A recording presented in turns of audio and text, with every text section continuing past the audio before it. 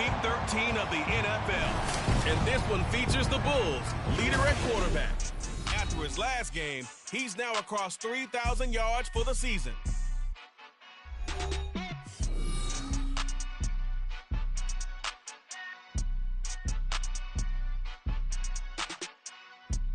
EA Sports coverage of the National Football League brings us to one of the fastest rising cities in the U.S., the capital city of Austin, Texas. Today, we've got a Week 14 matchup for you here between the Brooklyn Bulls taking on the Dragons of Austin. With Charles Davis, as always, I'm Brandon Gaudin. And Charles, you talked about storylines in this one. I think it begins and ends with our two quarterbacks, certainly two of the best in the business. And nowadays, I don't think you can get by for long periods of time without a top-flight quarterback. The way the game is played, with all the responsibility he has and how the game flows through him, if he's not on the top of his game, your team's not going to benefit at all.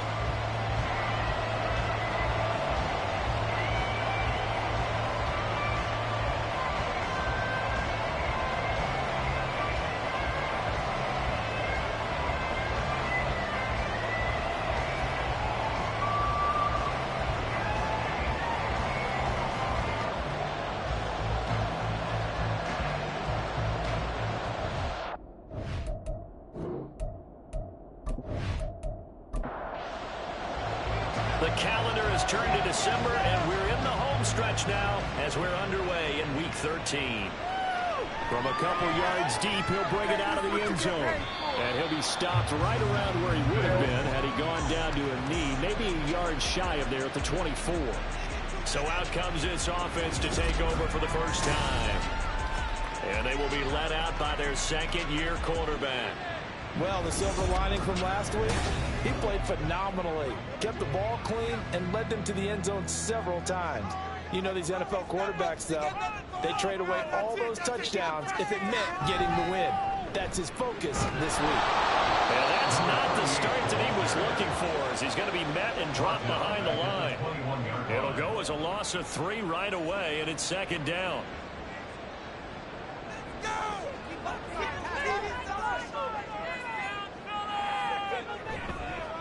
They'll keep it on the ground. Wheatley. And this one also slow in developing as he's maybe getting back here to the line of scrimmage, but not much more than that. It's now third down and long.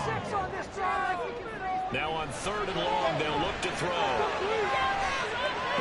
He's got his target. That's complete. He'll be taken down, but not before they work it across midfield. A big play there as they get the conversion on 3rd and 13. Things are looking pretty darn good on this first drive, aren't they? Get right out, set the tone, this time with a big pass play. And if the peek behind the curtain of Dave Davis and their game plan, I don't think that's going to be the last one we see. I think you're exactly right about that. So the line of scrimmage moves all the way across the 50 now as they come up 1st and 10. They run the counter. Wheatley. Just a yard on the first down carry, so it's 2nd and 9. You look at this defense. They're trying to cover up some holes in the secondary. Right now, bottom 5 in the league against the pass at number 28. And I think you're going to see some changes in the offseason, whether it's through the draft, free agency, maybe even both. They definitely need some help in the secondary. Now, the offense knew it. They were already starting to walk back as that one is accepted. And that false start penalty is certainly not helping their cause here. 2nd down and long. From the midfield stripe, they'll look to throw. His throw incomplete. This defense, Charles, really played well in that win a week ago. And as in any game, takeaways are always a big key. They're always discussed on defense. There's an emphasis there, and they came away with 3 interceptions in that game. Nowhere to go here. He lost the football. The lineman on the other side has got it.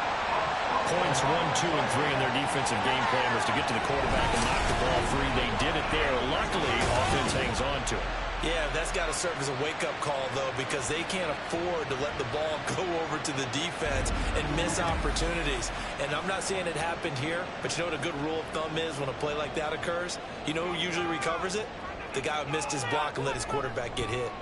And last week in the loss, 5 punts as he gets this one away. This is taken at the 18. Good blocking there. Nearly sprung him. As it is, it'll go as a 19-yard return.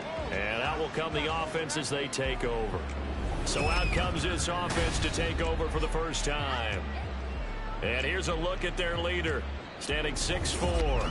I tell you what, when he's on schedule for that week, secondaries take notice because you've got to stay alert back there on every snap. A truly powerful arm, one that's capable of challenging any level of the defense on any given play. That's why so many scouts preach on time when preparing for the NFL draft. The quarterback with arm strength to make everything on the bench. He's an asset to have in any offense. 2nd and 10. Back to throw. Anthony. Left side, and it's complete. And taking it across midfield and inside the 45. 19 yards that time for number 19.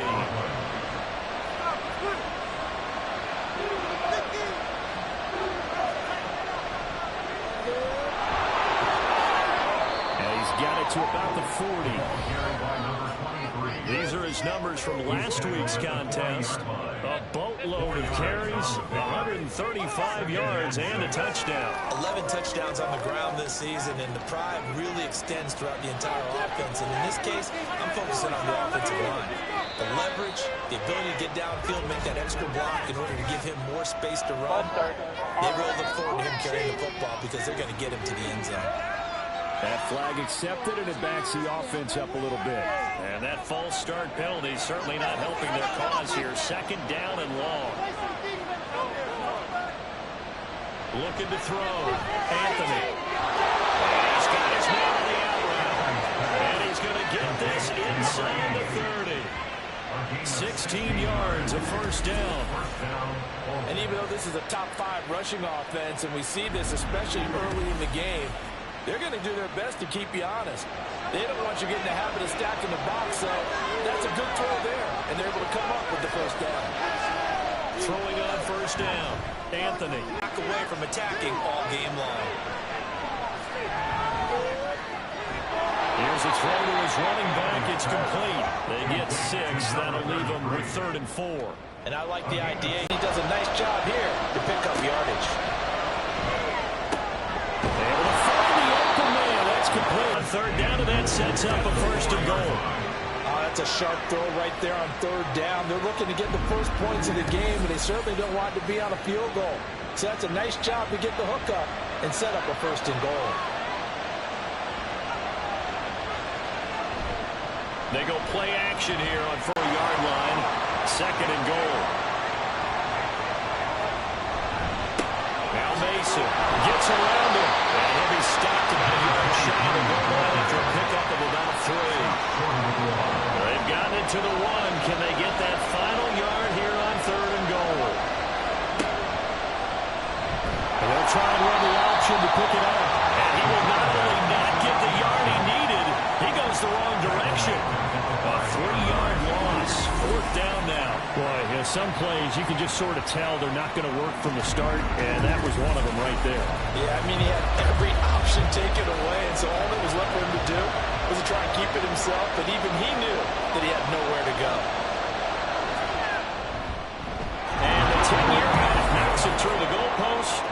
So a long drive gets him down inside the 5, but ultimately they settle for just the field goal. And I have to think that if maybe they were a yard closer, that would have made their decision tougher, and I think they likely would have gone for it. But in this situation, they just decided to take the 3, and I think it was a smart move.